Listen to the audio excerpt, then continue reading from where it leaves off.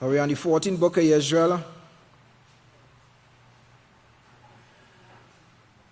Sin Never Again, part 2. I know, praise Yahweh for how many of you enjoyed that rain we had on our fortnight? On the morning? Fifth night in the morning. That was really something else, man. You know, I'm sure you guys didn't realize how much bathroom you had in your dwelling until that night. I didn't realize how much bathroom I had in my dwelling until that night. But praise Yahweh for the rain, because we could see as pastors bringing forth the laws and the prophecies in these last days that Yahweh is also preparing, besides preparing his house, he's preparing for us. As the law say, a man should provide for his family food, clothing, and shelter, all the necessities that family need. And this is what Yahweh is doing, providing for, putting things in place for the end times for us, so we can keep on doing that work that we are called out by Yahweh to do. Right? So, nothing don't takes place, coincidentally. Everything is a purpose. I know as pastor has been happening so many times that Yahweh is in control. And this is what we have to understand. We have to put our trust in Yahweh. That's the only way we're going to survive what is still ahead of us. If we don't put our trust in Yahweh, we will fall short. If we don't put our trust in the laws and prophecies and Yahshua being the chief cornerstone, we will fall short. Sometimes we might not understand certain things, but we have to put our trust in Yahweh and look forward to the laws and prophecies that still have to take place. We know that Yisrayl Hawkins is the mighty priest of Yahweh in these last days. This is what he was going through in his last two sermons, showing us in Revelation 10, the very first verse, the mighty Malach. Who is that mighty Malach? And you see how Yahweh classified him as a great priest, a mighty priest in these last days. Right? Knowing the work that he is responsible for. And not only him, but us as his remnant, as the last seed. So, we have to keep all these things in our mind and don't lose focus on our calling.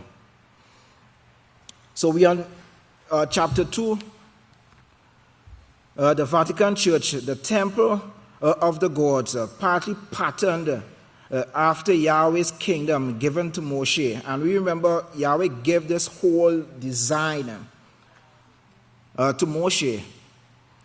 Right, to show him the physical temple, but spiritually show him a group of people, how these people have to be purified, and who will be close to Yahweh and who will be at a further distance from Yahweh. That is what the temple classified. And this is the pattern how Yahweh governed his family, because this is the great secret of Yahweh's plan. Yahweh is showing us how to govern our family by revealing the great plan of Yahweh. And just how Yahweh governed his family, his household, he expects us to govern our household the same way. That is how we are being in Yahweh's image and likeness. We have to pattern ourselves. We have to make a duplicate. And this is what Yahshua is. Because Yahshua said, you see me, you also see the Father. And this is what we have to also do. We have to walk in Yahweh ways. So it said, partly patterned after Yahweh's kingdom given to Moshe, but also patterned after Cain. Right, and this sermon was given on 7/19/14. I know Pastor goes on. It says, Shalom everyone, greet everyone of the call out ones near and far. He said, getting ready for the feast. You may be seated. May the peace of Yahweh be with each and every one of you. You see, I don't know how much of that news you can understand, but the only thing great about it that I see is the fact that we are bringing forth the remnant. The house of Yahweh is bringing forth the remnant through his house at this time. His last days established house that will stop war and fighting. And he said Yahweh is bringing forth, he's bringing forth that remnant. And when he said to bring forth, he bring us forth by opening our minds. That's the very first thing Yahweh does. He opens someone's mind and bring that person to the house of Yahweh. So he opened our minds and give us that understanding of his plan. Right? The same plan he gave to Moshe, he given us, he revealing that plan to us through Yisrayl Hawkins. So we can understand what the system of Yahweh, how the system of Yahweh is actually run.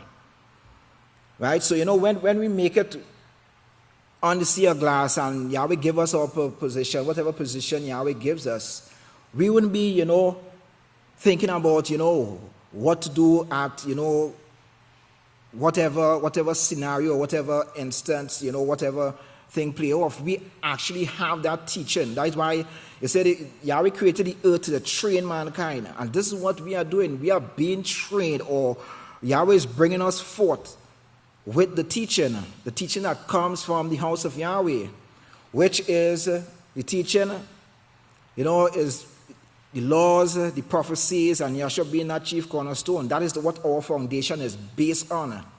And this is what Yahweh is bringing us forth. This is how he's bringing forth that last remnant. Right? So the purpose why Yahweh created mankind. If you ask someone, out in the world, okay, why the Creator created mankind? Basically, no one will be able to actually give you the actual meaning or the true reason why Yahweh actually created mankind. Right? Only we in the house of Yahweh have that secret. We have that knowledge. That's how Yahweh is bringing the last remnant forth. He's bringing us forth with that teaching. And we know, well, look, Yahweh created man to be rulers over, the things that he's creating, to be sons and daughters of Yahweh. Right? We can look at it in this way. Yahweh have invested, he invested 6,000 years in this last remnant. 6,000 years in this last remnant. We who Yahweh call out, and as part of the house of Yahweh, Yahweh invested 6,000 years in each and every one of us. That is how we have to look at it, as a businessman. Now, he's bringing us forth as last remnant by teaching the laws and the prophet. Now, you could believe it or not, but Yahweh have invested, he put his trust in us. I want to say put his trust in us. It have things that Yahweh choose to forget. Right? Yahweh will call us. Yahweh won't call someone here and know that individual, won't make it. He'll given every individual that opportunity. I heard Pastor mention several times that it has certain things that Yahweh will totally wipe out of his mind. Right? And I remember when Yahweh had now placed me in office as priest, a close associate who we grew up together. He called me and he told me that, he said, I can't really deal with you again because you're a priest. That is what he told me. He said, I can't deal with you again because you're a priest. And I said, well, something really had to be wrong in this individual mind. And he even went on as far to say, Yahweh didn't want him. Yahweh just used him to get me to his house. And that is incorrect. Yahweh given everyone an opportunity. We have to choose what we want. Right? We have to make that decision. If we want to serve Yahweh or we want to turn back, to God worship. But this is how Yahweh is bringing forth. He's bringing forth that remnant. It's by the teaching that comes from Yahweh's house, the laws and the prophet. Over on verse 9, it said, so the Pope heard of this, and he agreed with Yisrayl Hawkins of the House of Yahweh and said they need to let these children come to the United States and take care of them. I thought that was great of him. First thing he and I agreed on, except he wants the United States to take care of them. He didn't say anything about coming to Rome, did he? He didn't say anything about bringing these immigrants to Rome, and he would help take care of them there. But nobody wants to go to Rome because of the priests there. He said they are afraid of the priests. He said, I don't blame them. I am too, especially the children. So that may be a reason for it. He knows they don't want to come to Rome. He said, the keys of this blood. Now, this is what I have been trying to explain, and you have got to get this. It's a vital point. It's a vital understanding that you give the fact that Yahweh gave the kingdom that is going to rule the entire universe, not after the force rule like we have today with the Vatican. So it said Yahweh's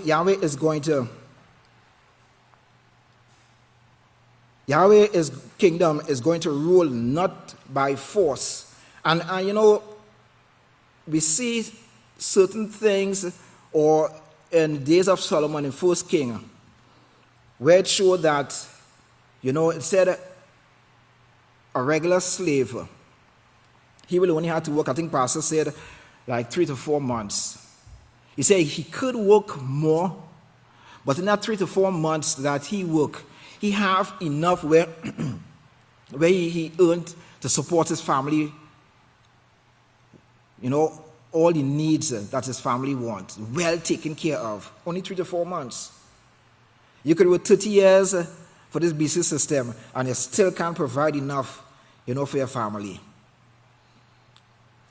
Right? And in Solomon time, it said a slave won't trade his position for nothing at all. That to tell you how joyful that individual was. And that is just a glimpse of what the kingdom of Yahweh is. Every individual will be very, very joyful. No forced labor. And we're seeing the forced labor that the Vatican is bringing forward today. Right? Where a wife, first the husband, the job that he have can't really support the family. The wife had to go out and work. The daughter have to go out and work. And we know well, once the wife go out and work, the atmosphere is mixed company you're dealing with. So she becomes vulnerable now to adultery. Daughter is vulnerable to fornication. So we see actually what the system, what Satan's system is bringing forward.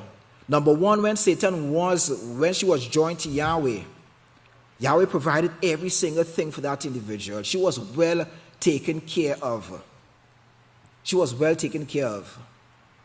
And she didn't like the plan that Yahweh had for mankind. So, she rebelled. And from a functioning family, she created a dysfunctioning family. And that is what we see in throughout the world today. Totally dysfunctional families. Man, we should be the first to do righteousness in our house, in our homes. The very first one to do righteousness. We shouldn't be breaking the laws and try to manipulate our wives and have them breaking the laws of Yahweh. And saying, well, look, if you don't do this, you won't make it in the kingdom. That is hogwash. That is hogwash. Because if the wife keep the laws of Yahweh, she is going to qualify she's going to make it into the kingdom of Yahweh. And she will be qualified as a daughter of Yisrayl Hawkins in the kingdom of Yahweh. And what will take place with her head? He'll be disqualified.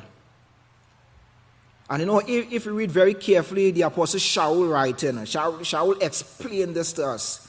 But he put it in a term, he said, if the husband die, right? If the husband die, and this is what throws Christianity off. Right? This is what throws Christianity off. Because if the husband dies, the wife could go ahead and get remarried. Not understanding what the plan of Yahweh really is. Right? So you have to look up the word and see what die really means. And that word means, disqualified. That individual disqualified himself. So this individual now, this wife is she could, remarry her. Right? But, man, we're supposed to be the first to do righteousness in the house of Yahweh. We're supposed to lead our family. We shouldn't be having, dysfunctioning family. Once we lead as Yahweh, our family will be, it will be a well-knit family because we are following that same pattern that Yahweh laid for us. That same pattern he showed Moshe. We'll be following that same pattern. So, it's a big responsibility, for us as men, not to rule by force. Because anytime we try to rule our family by force, something is wrong.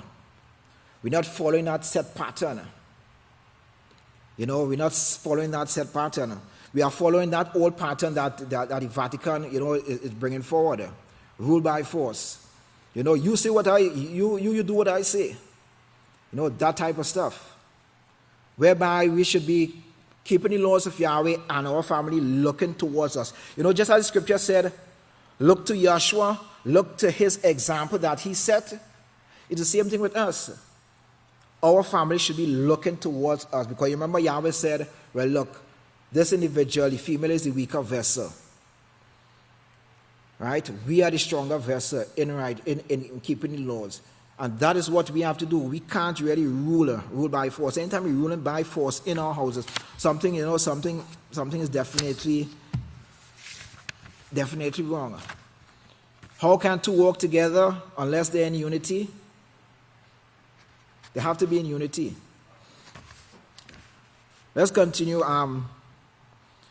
Verse 13. It said, the kingdom that was given to Moshe, which Yahshua upheld, was not a kingdom of force. It was a kingdom of unity. And of course, the only thing that brought this disunity, the main thing that was shown in the scripture was Korah.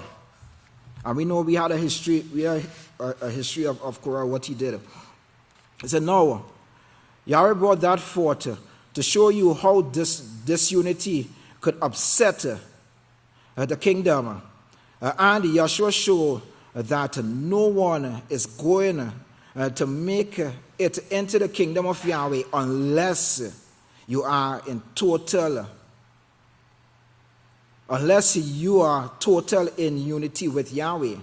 Now, how can we be in total unity with Yahweh? What we have to do? Now, the common thing, okay, is keep the laws of Yahweh. Okay, we understand that. Right? We understand, we have to keep the laws of Yahweh. But what we have to do to be in unity with Yahweh? And the apostle Jacob gave us a hint. Right? He gave us a hint. Right? Yes, it's keeping the laws of Yahweh. But the apostle Jacob said in Jacob 4:8. What he said in Jacob 4:8. Anyone?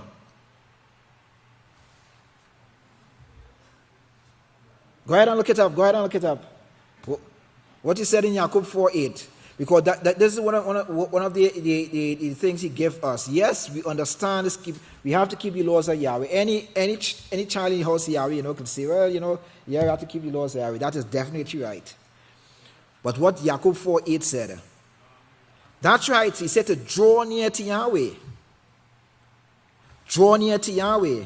And when I said draw near to Yahweh, it means to be given to someone. To be given to someone. That is what he said. Draw near to Yahweh. Right? Give ourselves over to Yahweh. He's talking about in submission. Give ourselves over to Yahweh. Say, draw near to Yahweh and what? That's right. Yahweh is going to draw close to us. Right? That is how we come into unity with Yahweh. Yes, it's keeping the laws, but we have to give ourselves over to Him. We have to humble ourselves to Him. You know, we have to show Him that we fully trust Him and we know that He is in charge. Right? Because we have numerous examples of this. Right? For instance, Moshe was one. I know I mentioned this about 1,000,000 times. You know, I could get the hammer and just hit myself on the head. I mentioned this 1,000,000 times. You know, when the children of Israel came out of Egypt, can you imagine Yahweh's guiding Moshe, and they finally come to the Red Sea, and the children of Israel seeing, well, look, okay, what we have here, we have Pharaoh chariot coming here, and man, I can't swim, and I have the sea in front. What to do? Yeah, what to do? Right? And Yahweh performed great acts with Moshe. You know, through the microorganism. The Red Sea was part and they went through. Right? Now, it said that the last day's work, you know, is patterned after the work that Moshe did, but we'll do a much more greater work. If something more drastic than that is to take place, right? We ain't talking about no Red Sea, we ain't going through no Red Sea. If something more drastic than that was to take place, what are we going to do? Are we going to put our trust in the mighty priest that Yahweh give to us in these last days? What are we going to do? That's what we have to do. We have to put our trust in Him.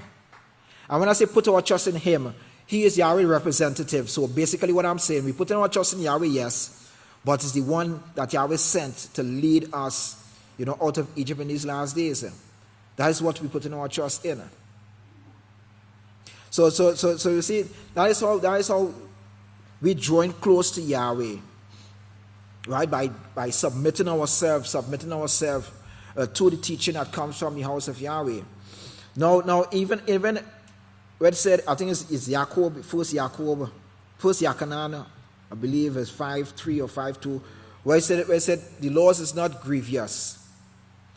Right, the laws is not grievous. We shouldn't look at the laws of Yahweh to be grievous.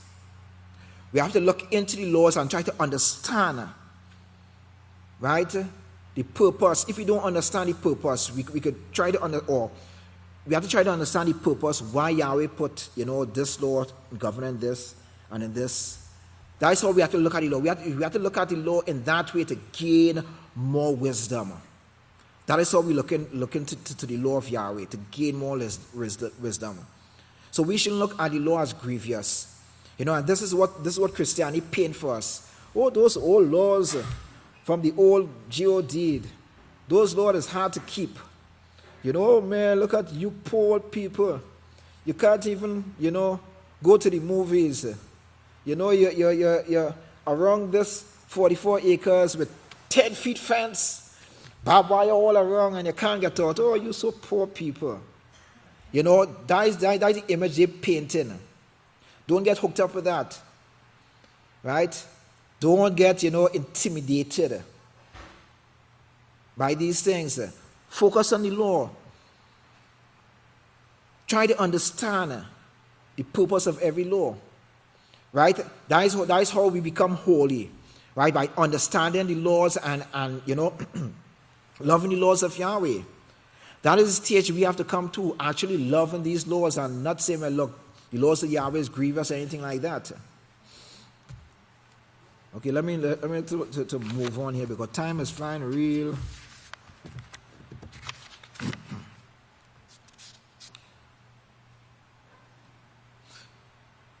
Yeah, so this is what Pastor is saying here, that we have to be in total unity with Yahweh. And you know, reading from the 4th book of Yisrayl, Pastor said, I can't remember which sermons, but he said he's doing every single thing, sweat, blood, and tears to bring us into unity.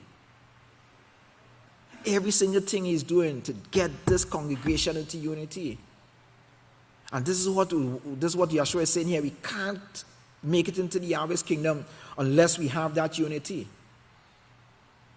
Right? And Pastor is doing every single thing, every single thing that is possible, to bring us into unity. It's up to us. Just as the peaceful solution is to say, the only way the peaceful solution can work in our lives, we have to put it to practice.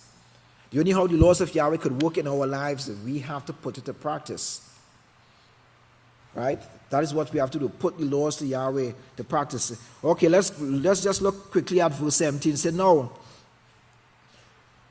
I keep harping on the adult teachers, saying you need to be pushed. You need to be pushing these children into teaching, and of course, everyone here needs to promote this. We have to push these young ones because these are the one that is coming behind us, right? These little ones, these young children, these young men in the house of Yahweh, we have to push them because our old folks, we know what the world gives. Right, these younger ones, their brains is very, very absorbent. Very, very absorbent. But we have to bring that joy to these young ones. Let them see how wonderful Yahweh's plan really is and keep pushing them to be teachers. Right? When they come up here, we should be paying full attention. From the time they come up here, they should have no reason to say, "May I have your attention, please?" Our mind supposed to be focused immediately on them. Right? When they bring their little sermons, we're supposed to be rejoiced, cheer them on. Let them see, well, look, how great Yahweh's plan really is. Right? And this is what Pastor is doing with each and every one of us. He's showing us how wonderful Yahweh's plan really is. So we'll always have that strong, strong desire to always be a part of Yahweh's plan. Right? And in closing, we have to keep on striving day by day to overcome whatever sin that we really have, whatever shortcoming we really have. We have to continuously strive to overcome, to work with each other. The scripture said, urge one another as we see that day or the day approaching. The day is approaching. Are we urging each other? Urge means, well, encourage each other. Are we encouraging each other? Because Yahweh desires every individual to make it into the kingdom of Yahweh. And this is what Pastor said. Pastor said he wants every individual with him in the kingdom of Yahweh. So let us, strive diligently and try to qualify in the kingdom of Yahweh. So with this, will you all please stand? I'd like to turn the class over to the great Kahan Kiefer Hawkins. Shalom, everyone. You may be seated, and may the peace of Yahweh be with each and every one of you. As the great priest just spoke, encouraging words to bring about this peace. Because it starts with us. It starts with us becoming like our teacher. Remember, it's Yahweh's will that none should perish. It's Yisrayl Hawkins' will that none should perish. It has to be our will that none should perish also. We have to be determined to have care and concern for one another. Don't let these things get you, at each other's throats here. We are in troublous times, and we're dealing with a lot more than any other generation has ever had to deal with. But we have to be strong. Yahweh called us here to be strong. He didn't call us here to fail. So praise Yahweh. If we're going to continue in this great sermon, because this sermon is pointing towards that what we're going to see very soon. The tables are going to turn. We have two kingdoms here, and of course this kingdom of Yahweh is not yet fully established here. But very soon it will be. And things will change, things will turn. And we will be given the positions, the power, the authority that we've been told all along. But it's important that we go through all this training first, because it would be a disaster to give that power to people, to individuals who were not qualified to receive it. So that's where we're at. You can't ever lose sight of where you're at. Speaking of where we're at, we're on page 15. And let's look at verse 23. And he says, But now from those seed came forth Abraham, from those genes. And then Yahweh said he chose Abraham because he kept these laws, statutes, and judgments. And he said, I know that he will teach these to the world. Do you see that? There was something in Abraham that Yahweh identified, and he said, I will know that this individual will teach these to the world. He's not going to push them aside and forget about them. He's not going to bring them out on Sabbath day and then act like a maniac for the rest of the week. The Sabbath days are great because they give us this break. It's just like we get a break from all the things that we struggle with for the most part, and we come here to Yahweh's house to learn, to get this refreshment. But once we get this, it's important to not let go of it. It's very easy, and especially it seems lately that there's been a lot of attacks within each other, trying to get people pinned at each other. And you have to realize that's of the adversary. That's not of Yahweh.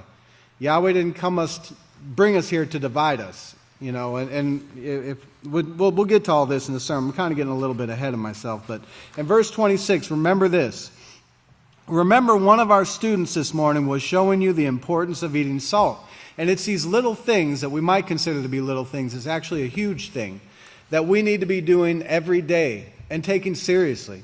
Sometimes we might look at salt and to think, well, okay, well I eat a little bit of salt, but it's not that big of a deal. This is a huge deal. Because Pastor's explaining it here, but he says, well, that's the reason Yahweh said, sprinkle every sacrifice with salt. Yeshua said, take salt in your bodies and be joyous. Rejoice. Yes, it's a very joyous thing when you eat a group of French fries that was made with the right kind of oil, and they're really tasty too. And you hit that salt shaker a little heavy on them. You're bringing joy to your body. Salt is something that we absolutely need to build this joy within our body. And now as it's getting warmer and stuff, we got to remember to drink water, but don't forget the salt. Don't forget that salt. You have to have this. It builds joy. Get salt within yourself. So in verse 27, he said, well, Abraham, if he got a bad gene, it would have been, quickly replaced by his body because he kept Yahweh's laws. And it kind of shows in the way that we're wonderfully made, and that we're made in the way that if a mistake is made, it's not, the end of it. We have the ability to actually replace genes, as he says later in the sermon. And our great brother and priest from Africa, who's a great biology teacher, actually gave a sermon explaining how this is done, which Pastor actually quotes in this sermon. But these things, if they're done by accident, they can be taken out and replaced. In verse 30, he said, but you see what's going on in the world. It's getting worse. Every day it's getting worse. Now wait until they drop nuclear bombs, and you'll see even more so. You're going to see more of everything, more diseases, more trouble raised, because people are going to start organizing themselves into squads. That word squad, it means a small group of people who are organized for a specific purpose. And, when you see things start to deteriorate in the world, you see more and more of this, because people begin to form little groups to say, well, we got to protect ourselves. We have to acquire things and take them forcefully. Either way, they join up into these little groups when you see what's left of what they call law and order taken away. I remember, when I was in high school, just about out of high school, I grew up in Southern California, and they had riots at that time after the Rodney King the verdict had come out not against the police officers. in that incident. And I remember seeing how quickly that community just kind of fell apart, and how quickly it turned into this lawlessness and these groups of people running around the streets, setting things on fire, stealing from places. This is the kind of thing that we're seeing more and more of. This is that turbulence that we see in the world right now. And as the day grows closer, that grows more and more. That becomes more of a reality. But let's listen to what Pastor says about it, because this is very important to not get caught up in that mindset, okay? Because that's not Yahweh's mindset. He said they were squads already. He said this is what took place when they brought the children of Israel out of Egypt. They were in squads already, and each tribe was fighting each other, and even the tribes were fighting amongst themselves. But they had come to join me and we can protect ourselves. This was the attitude that they were taking on. Come and join me, and then together we can protect ourselves, right? Listen to what Pastor says. This is the Nimrod teaching. This is not the House of Yahweh teaching. And, us as men sometimes, we get that to where, we feel like we got to be tough, tough in the way of violence. Yahweh's never taught us that. You know what's really tough? Getting those stupid thoughts out of our mind. We need to be tough in peace. We need to be strong in the ways of peace, and unyielding, unwilling to let ourselves give in to our carnal desires to lash out against each other. And when we can do that, we will have the unity that Yahweh's been speaking of. This is what it's all about. This is the teaching of the laws and the prophets, to love your neighbor as yourself. So examine ourselves, brethren. I never, would say something like that to try to condemn anybody, but to examine ourselves. And I say ourselves, me too, everybody. The time is very short, and we need to put full effort into this. Because if it's something that we don't, it's going to grow worse and worse and worse. So be serious about these things. Be serious about our overcoming, and be serious about your love for your neighbor. Even if you have troubles with your neighbor, make it then more of an ambition to love your neighbor. It's easy to love the ones you get along with. Try loving the ones that you don't like. Try loving the ones that are always on your nerves, Maybe it's my nerves that is the problem. Maybe my nerves are in the way. I just got to get my nerves out of the way. We've got to do this, brethren. This is, a righteous man is the backbone of the community. And Yisrayl Hawkins is the only thing on this earth right now that has any hope whatsoever. So, we really have to become strong like that, and to not yield to this desire to be angry or to hurt each other or anything like that. So, now he talks about Korah here, because now that this was a problem back in the days of Moshe. Korah, of course, he was cousins with Moshe and Aaron. And I'm in verse 32, and he said, I'll show you that. But I've got a chart here where I can show you how close he was. And of course, his descendants, if you remember, Yahweh said, all the firstborns are mine. Well, remember that scripture, all the firstborns are mine. Well, after this incident with Korah and Abraham, where 250 people, these were leaders in Israel. And they weren't just tag-alongs, and they were leaders. Imagine 250 leaders there with this man, and this wasn't all of them, but these were the ones, the men of renown, the ones, noteworthy people that you might say. But it wasn't at all of them. But some of them wouldn't even come up, and they sent messages to Moshe saying, "No, we're not going to come up there because they knew that they were going to be destroyed." Now, what kind of logical mindset is that? It's not logical, but sin will get your mind to work in an illogical way. No one will ever say, "Well, I'm ready to give up the kingdom of Yahweh so I can just throw this one temper tantrum." That doesn't make any sense. But that's the way sin does. It deceives the mind to where you're ready to do something stupid like that just to fulfill, a temporary lust or desire, right? That's where these men were. They were all, rising up. But look what Pastor's saying. Some of them actually knew what was going to take place. He said, no, we're not going to come up there, because they knew that they were going to be destroyed. And they knew, they figured that Yahweh was going to let anybody, was going to let anybody that didn't stand on the side of Moshe to be destroyed. And of course, that's a fact, and a lesson should be learned right there, as Yeshua taught it best when he said, if you're not in unity, you're not going to make it, and you're going to be destroyed. Not that Yahweh is going to come destroy you, but he will allow you to be destroyed. If you're not in unity with him, you will be outside of that protection. We have no reason to be outside of that protection.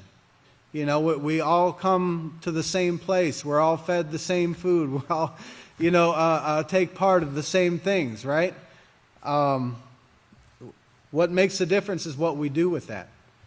Yahweh is giving it to us. It's up to us to take hold of it and allow Yahweh to make us into his image. In verse 33, he says, but Korah had 250 leaders with him stand before Moshe. Those that didn't stand sent a message to Moshe saying, you've taken all the offices for yourself, and we're the ones that should be in those offices. We're the ones that should be in those offices. I think if a selfish person couldn't be a priest in the house of Yahweh, because everything, and I would say in an office of position in the house of Yahweh, because everything the house of Yahweh does is for somebody else. We're not selfish people.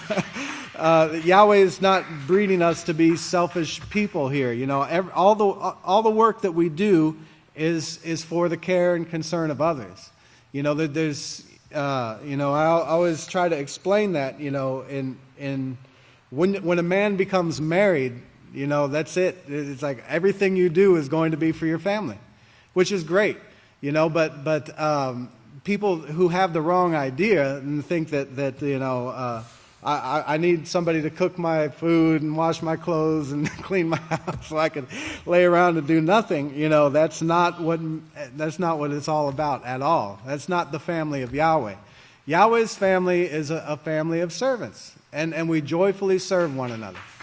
And that's what Yahweh's building here. Now, you could try that grumpy mess out in the world, but it's very short-lived. It's coming to an end very shortly here. Thank heavens for that. So, verse 35, I'm going to skip down to close to the bottom. He says, what is in Yahweh's plan is 2 billion people. Now, think about that. 2 billion people, because these 2 billion people are going to need somewhere to go. They're going to need somebody to teach them. How many of us are there right here?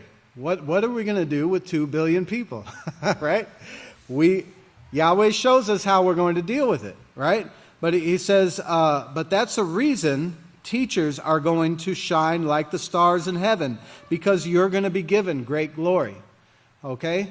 But 2 billion people are going to need teachers.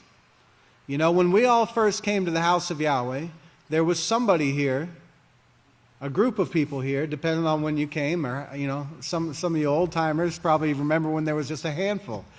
But I remember when I came, and there was a strong group of people who were following the teachings of Israel Hawkins, that were not giving in to foolishness, that set the example for me. So we owe that to one another. We owe it to the next generation to be that example. We have to be able to lead our young people in a way that they can see and recognize it, and not be hypocritical, and not be off doing one thing but saying we need to keep the law, but I'm breaking it over here. No, we have to be living examples, and by doing that, and by spending that time, by investing that time in each other, that's how we grow. It takes the whole community effort here, in order for this plan to be done. And I do see this more clearly now than I've ever seen it, in the house of Yahweh. And of course, we've seen it really clearly at the feast, just how much everybody was able to put themselves down, come together and work, and to do so and rejoice, before Yahweh. That's pretty awesome. But in verse 36, first off, you're going to have the power to resurrect the dead. This is going to be a pretty prestigious when they see this and they see that you have resurrected them. Hey, you resurrected me. That's a pretty great, that's somebody who you would like to get to know. That's somebody you'd probably have a lot of respect for. Now, he says, yes, we'll know that somebody you would want to follow, I would think, and get close to, someone who resurrects you from the dead. Well, how did you do this? Well, Yahweh gave me the power. This is you explaining it to them. And when they ask you, how did you do this? Well, Yahweh gave me the power. And I could teach you, but notice, I could teach you, but it takes about 40 years to learn this. Remember, they wandered around in the wilderness for 40 years. Don't think somebody just comes here and they're done. Well, they're in the house of Yahweh. I don't have to spend any time trying to help this brother. He's here already. No. It takes a long time. How long did it take you? How long did it take me? How long is it taking me? That's why one of the things I like to ask myself, how long is it taking me? Why am I not perfect yet? Well, have this mindset towards each and every individual. Because remember what Yahweh says here, there's 2 billion in this plan that will be coming to learn this way. Are we going to have patience for them? I sure hope so. Well, if we don't, then we probably won't be, I know we won't be in those positions. And that'll be, we'll have no one but ourselves to blame. Let's go ahead and continue on to verse 37. Now think, there were 250 leaders with Korah. How many were there with Aaron and Moshe? Well, they had quite a crew here. Now, it became more than that, but the kingdom of Yahweh grew by leaps and bounds.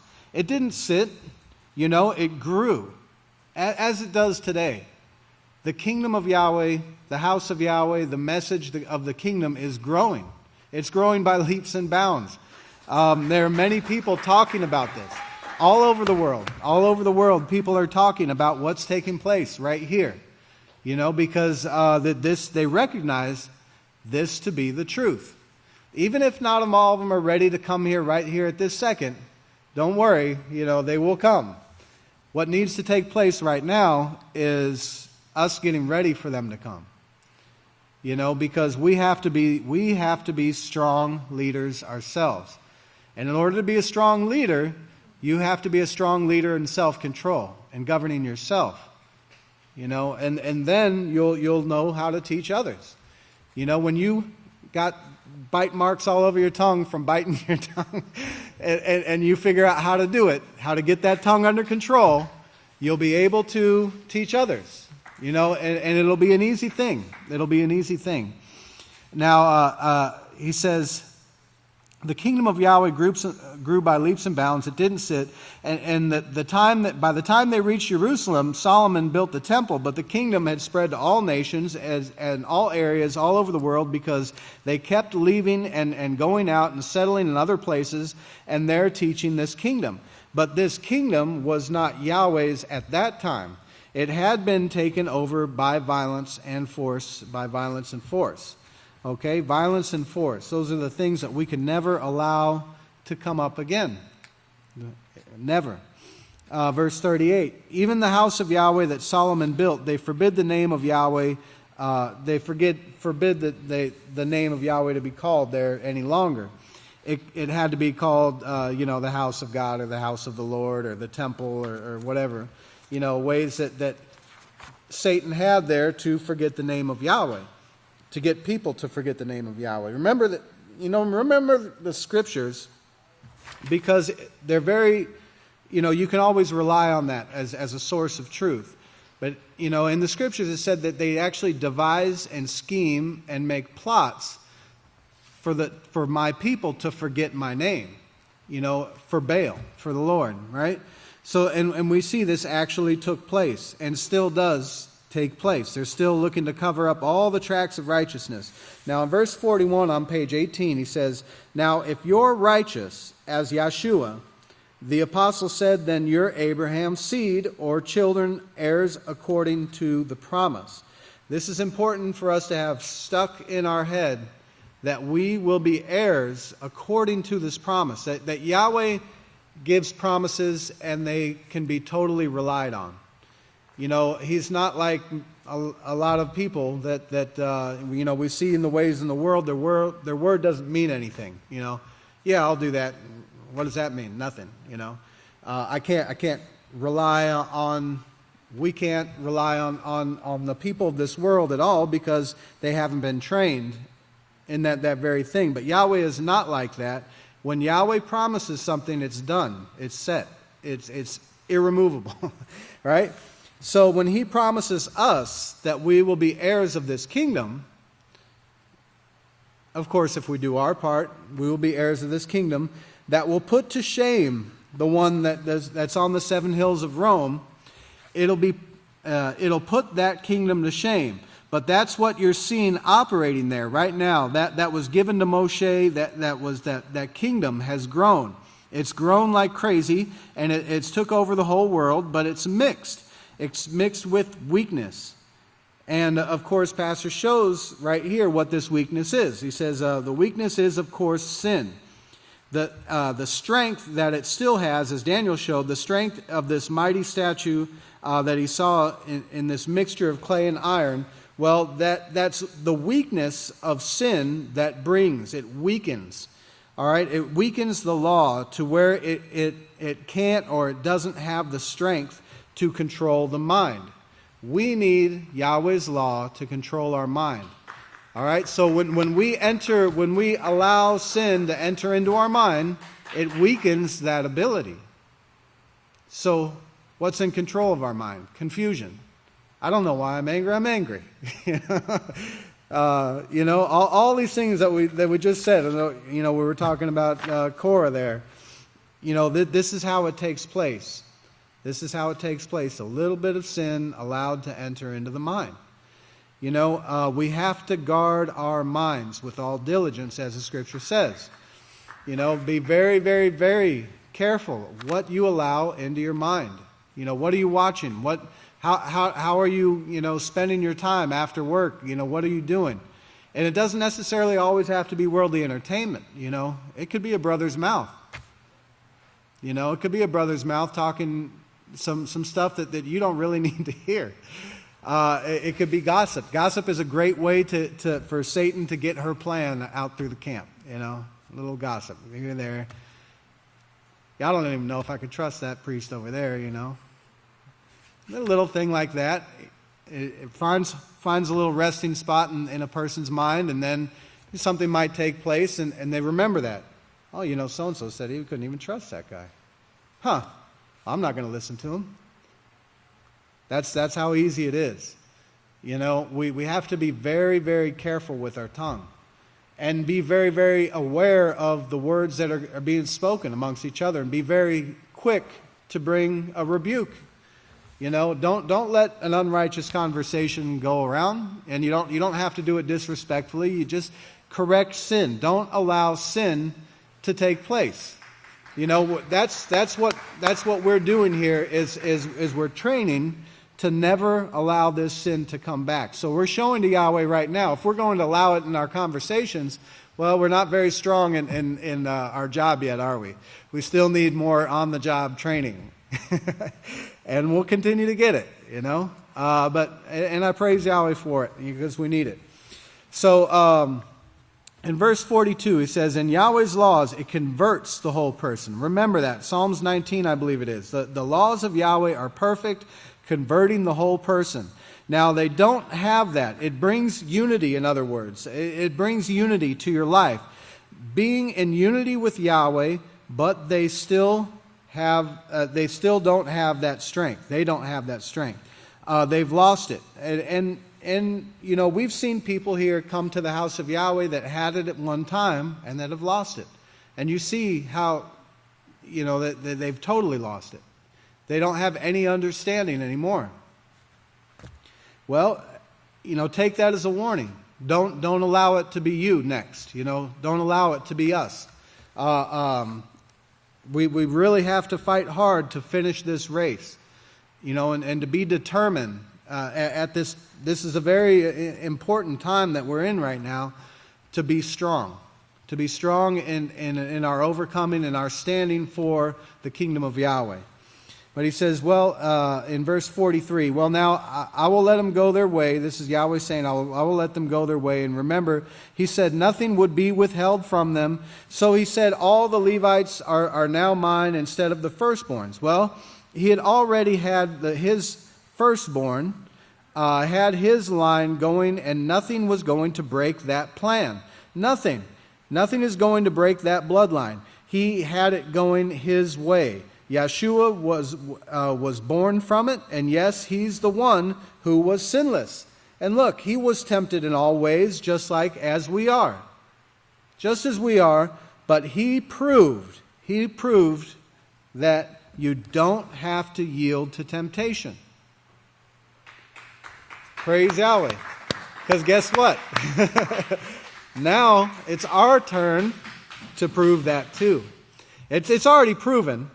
But remember, he was the forerunner. He was the firstborn amongst many brethren. You know, he showed us the perfect example. So now we have to pick that up. You know, we have to be this perfect example. Well, he said in this great and mighty kingdom that Yahweh is building is going to be built. He says it's not built yet, but you're going to be the start of that. You're going to resurrect all those people. And I would say the galaxies that are being built now, the huge planets, 9 times, 17 times as big as the earth, Yahweh is doing that for you. Some of us are not going to know how to act. Huh? Well, we will know how to act. But, you know, it's just hard to imagine something as large as a galaxy. I can't imagine that. You know, even as large as a planet. You know, it is hard to imagine.